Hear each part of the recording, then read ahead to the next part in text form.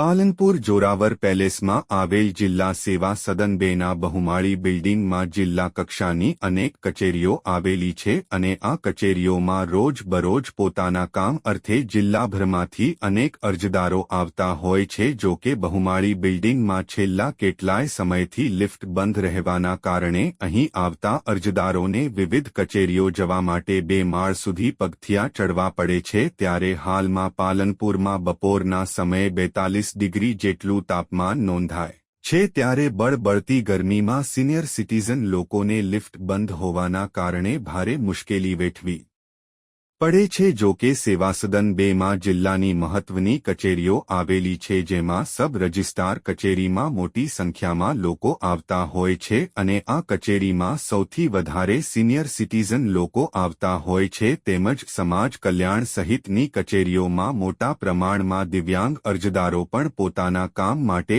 આવતા હોય છે, પરંતુ લિફ્ટ બંધ હોવાના કારણે દિવ્યાંગ લોકોને પણ ભારે મુશ્કેલી વેઠવી પડે છે. તેમજ ઓફિસોમાં લઈ જવા પાર્સલો લઈ જવામાં કર્મચારીઓને પણ હાલાકી ભોગવવી પડે છે. ત્યારે બહુમાળી બિલ્ડિંગમાં આવતા અરજદારોએ જણાવ્યું હતું કે બિલ્ડિંગમાં લગાવેલ લિફ્ટને તાત્કાલિક શરૂ કરવામાં આવે તો અરજદારોને પડતી મુશ્કેલી દૂર થાય. ત્યારે વહીવટી તંત્ર દ્વારા સત્વરે લિફ્ટ શરૂ કરવામાં આવે તેવી માંગ ઉઠી છે.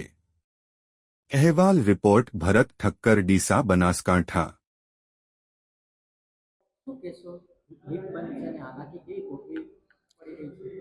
લિફ્ટ બંધ છે એમાં બહુ મોટી તકલીફ પડી રહી છે. મારે પોતાની પગની તકલીફ છે, પગની નસ દબાયેલી છે, તો સ્ટેટમાં ચાલી નથી શકાતું, તો પછી પગથિયા કેવી રીતે ચડવા? એટલે લિફ્ટ બંધ છે એની બહુ પ્રોબ્લેમ આવે છે. કોઈ વિકલાંગ વ્યક્તિ હોય તો એને તો બહુ તકલીફ છે.